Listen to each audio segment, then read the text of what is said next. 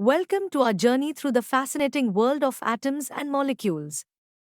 Let's dive into the basics of what everything around us is made of. Understanding how substances combine and react starts with two fundamental laws given by Lavoisier and Joseph L. Proust as laws of chemical combination. First up, the law of conservation of mass, which tells us that in a chemical reaction, mass is neither created nor destroyed. For example, when reactants A and B transform into products C and D, their total mass remains the same. Moving on, the law of constant proportion states that in any chemical substance, elements combine in fixed ratios by mass. For example, in water, the ratio of the mass of hydrogen to the mass of oxygen is always 1:8 respectively. Now, let's build on that foundation with Dalton's atomic theory. Dalton proposed that every matter is made up of very small or tiny particles called atoms. Atoms are not divisible and cannot be created or destroyed in a chemical reaction.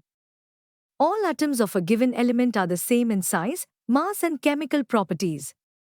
Atoms of different elements are different in size, mass, and chemical properties.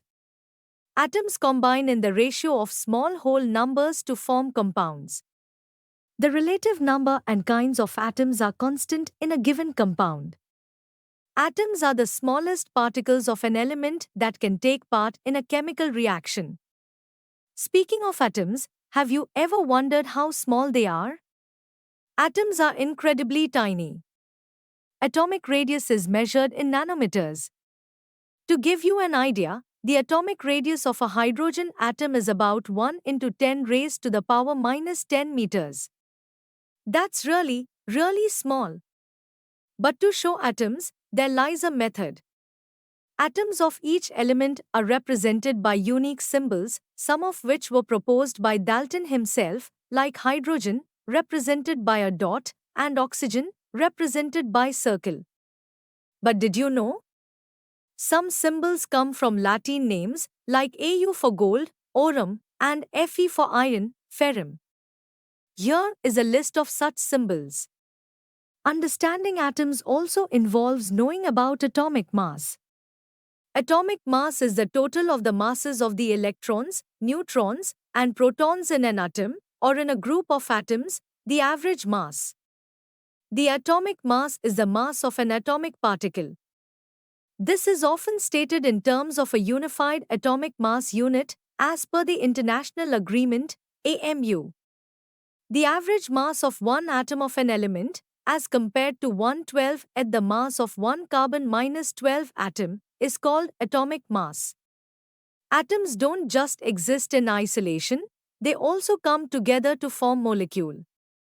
Molecules are groups of two or more atoms that are held together by chemical bonds.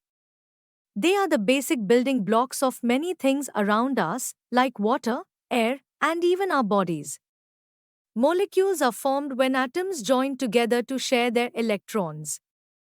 When this happens, they become more stable and can create different types of substances with different properties. Two hydrogen atoms and one oxygen atom can join together to form a molecule of water, H2O, which is essential for life. It is the smallest particle of an element or a compound that can exist independently. Molecules of an element constitute the same type of atoms. Molecules may be monoatomic, diatomic, or polyatomic. In molecules of compounds, atoms of different elements join together in definite proportions and constitutes a different type of atoms. The number of atoms in a molecule defines its atomicity. For example, oxygen, O2, is diatomic because it consists of two oxygen atoms, while sulfur can exist as polyatomic molecules with 8 sulfur atoms. Exploring further, we see common molecules like oxygen, O2, and carbon dioxide, CO2. These molecules play crucial roles in life on Earth, from the air we breathe to the carbon cycle. The charged particles, atoms, are called ions. They are formed by attaining a positive charge or negative charge on them. Positively charged ions are called cations, like Na positive, while negatively charged ones are anions, like Cl negative. Let us move on to learn about what is valency. The combining capacity of an element is known as its valency. Valency is used to find out how an atom of an element will combine with the atom of another element to form a chemical compound. The chemical formula of a compound is a symbolic representation of its composition. When writing chemical formulas, we follow specific rules to ensure the formula reflects the compound's composition accurately. The valencies or charges on the ion must balance. We need to balance them by increasing or decreasing the number of atoms. Metal and nonmetal compounds should show the name or symbol of the metal first. So after writing, we make sure that name of the metal is written first. If a compound consists of polyatomic ions, the number of ions present in the compound is indicated by enclosing the formula of ion in a bracket and writing the number of ions outside the bracket. So for compounds like magnesium hydroxide, we enclose them with brackets, hence written as MgOH2. Now let us try to create a molecular formula. Take element as aluminium chloride. Here we write the formula with valencies, since aluminium has 3 positive charge. To balance it, we need to use 3 chloride ions. Hence the formula becomes AlCl3. Lastly, molecular mass. It is the sum of the atomic masses of all the atoms in a molecule of the substance. It is expressed in the atomic mass unit, U. Formula unit mass. It is the sum of the atomic masses of all atoms in a formula unit of a compound. The constituent particles are ions.